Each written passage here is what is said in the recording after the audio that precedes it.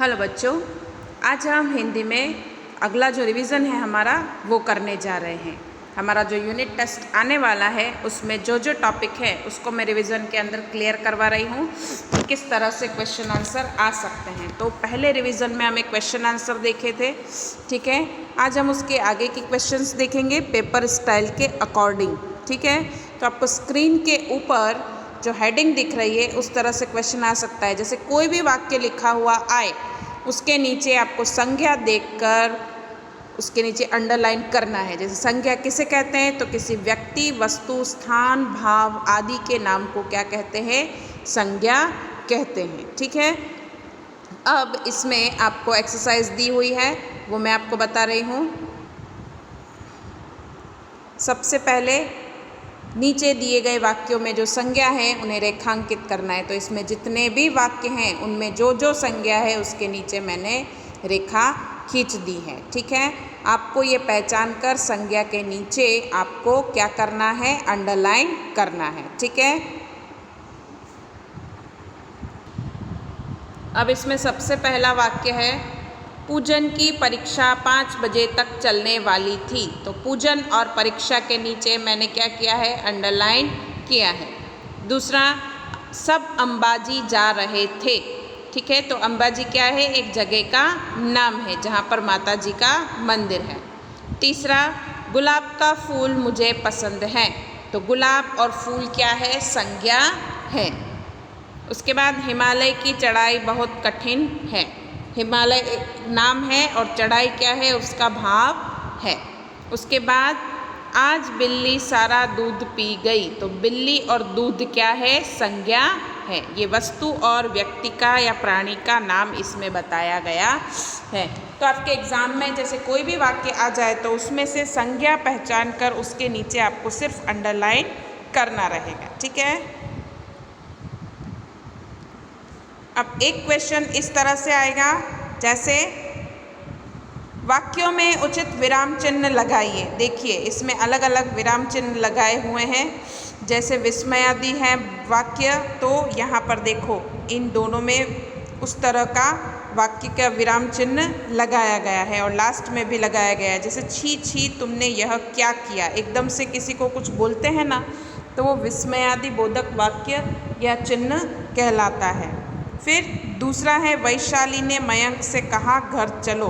तो कहा के वहाँ पर थोड़ा सा रुक कर इसमें विराम चिन्ह का इस्तेमाल किया गया है, ठीक है। अल्प विराम लगाया गया है यहाँ पे।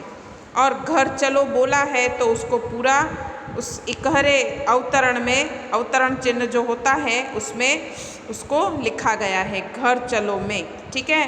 फिर तीसरा है, वाह मज़ा आ गया। वाह अच्छा, ऐसे अचानक से कुछ बोलते हैं ना, तो उसके लिए इस तरह के चिन्हों का इस्तेमाल होता है, ठीक है।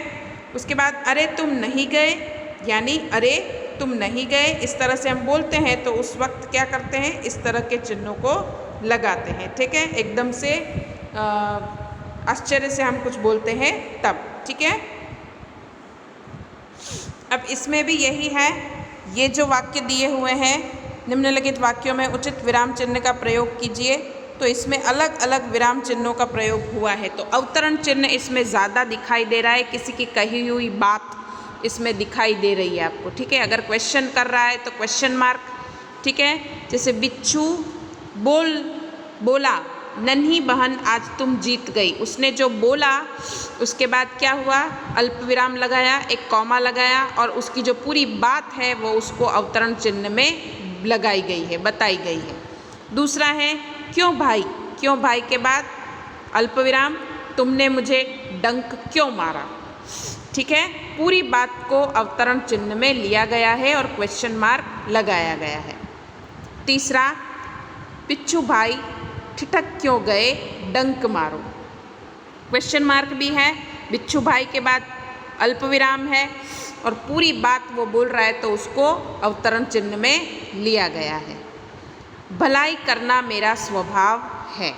तो ये बात कौन बोलता है, नन्ही बोलती है, तो उसकी पूरी बात को अवतरण चिन्ह में लेकर उसको पूर्ण विराम लास्ट में लगाया गया है। पांचवा, बहन मुझे बचा लो, ठीक है। तो बहन के बाद में अल्प विराम और उसके बाद ये बात कौन बोल रहा है? बिच्छू बोल रहा है, तो उसकी पूरी बात को अवतरण चिन्ह में लेकर लास्ट में पूर्ण विराम का इस्तेमाल किया गया है। ठीक है, यहाँ तक ओके। तो इसमें ध्यान रखना है, अगर कोई बात बोल रहा है तो उसकी पूरी बात को अवतरण चिन्ह में, और कहीं भी रुकने का आता है तो उसके लिए अल्प विराम का इस्तेमाल यानी कॉमा का इस्तेमाल किया जाता है। ठीक है, अब ये जो मुहावरे हैं उनको भी हम देख लेते हैं रिवीजन के अंदर। सबसे पहला मुहावरा अनसुनी करना यानी ध्यान न देना। आदत का गुलाम होना यानी आदत से मजबूर होना, अगर आदत पड़ी हुई है तो वो कभी छूटती नहीं है। वचन देना यानी वादा करना। क्या करना? वादा करना। हम किसी को वचन देते हैं ना, तो वो क्या कहलाता है? वादा कहलाता है। मन डोलना यानी विचार बदलना। जीवन दान देना यानी नया जीवन देना। शर्म से पानी पानी होना यानी बहुत लज्जित होना। एकदम से शर्म आ जाती है ना किसी बात पर, हमने ऐसा कोई काम किया होता है तो वो क्या कहलाता है? शर्म से पानी पानी होना यानी बहुत लज्जित होना। थिरकने लगना, खुशी से नाचने लगना। अगर हमें कोई बात पता चलती है तो हम कितने खुश होते हैं, तो वो क्या कहलाता है? थिरकने लगना कहलाता है। अब जो चैप्टर आने वाले हैं हमारे एग्ज़ाम में, उनसे रिलेटेड ऑब्जेक्टिव क्वेश्चन है, वैकल्पिक प्रश्न, 4 ऑप्शन वाले प्रश्न हैं, उनको हम देख लेते हैं। सबसे पहले है, जंगल में शिकारी ने एक डैश को देखा, तो किसको देखा? हिरनी को देखा। ठीक है, उसके बाद शिकारी एक डैश के पीछे छिप गया, तो कहाँ छिप गया था? पेड़ के पीछे। दूसरा, शिकारी ने हिरनी की आँखों में डैश देखे। क्या देखे उसने? आंसू देखे। क्या देखे? आंसू देखे। फिर है, पशु पक्षी के बच्चे को डैश कहते हैं? शावक। क्या कहते हैं? शावक कहते हैं। फिर है, हमें पशु पक्षियों के प्रति डैश रखनी चाहिए? सद्भावना। क्या रखनी चाहिए? सद्भावना रखनी चाहिए। नेक्स्ट है, कछुआ कहाँ रहता था? तो कछुआ तालाब में रहता था। दूसरा, कौन से पक्षी कछुए के मित्र थे? हंस। क्या थे? हंस। तीसरा, कछुआ बहुत डैश था, तो क्या था? बातूनी था, बातें बहुत करता था। चौथा, रास्ते में क्या आया? तो रास्ते में गांव आया। पांचवा, कछुए के मुंह से क्या छूट गई? तो क्या छूट गया था उसके मुंह से? लकड़ी छूट गई थी। नेक्स्ट है, कौवा कैसा था? तो कौवा प्यासा था। कौवे को क्या नहीं मिला? तो उसको पानी नहीं मिला। तीसरा, कौवे ने झोपड़ी के पास क्या देखा? तो क्या देखा? घड़ा देखा। क्या देखा? घड़ा। कौवे ने घड़े में क्या डाले? उसने क्या डाले थे? कंकड़।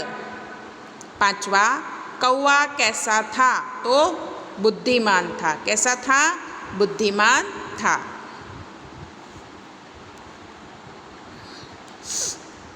किसके मुंह में पानी आ गया? तो लोमड़ी के मुंह में पानी आ गया।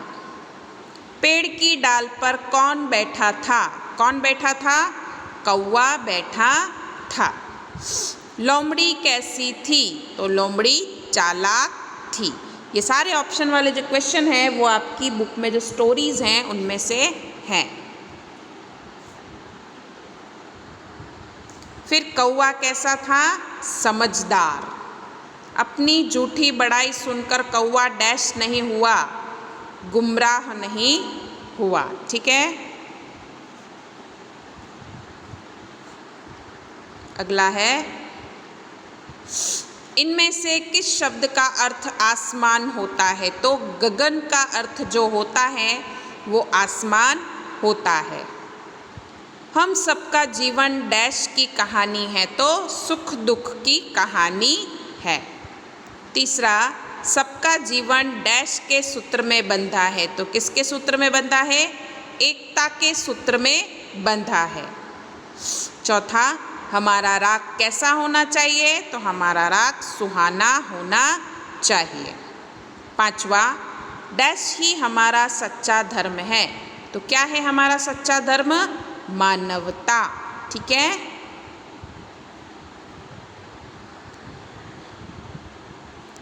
अगला है, नन्ही ने बिच्छू को डैश में फंसा देखा। कहाँ पे फंसा हुआ देखा था नन्ही ने बिच्छू को?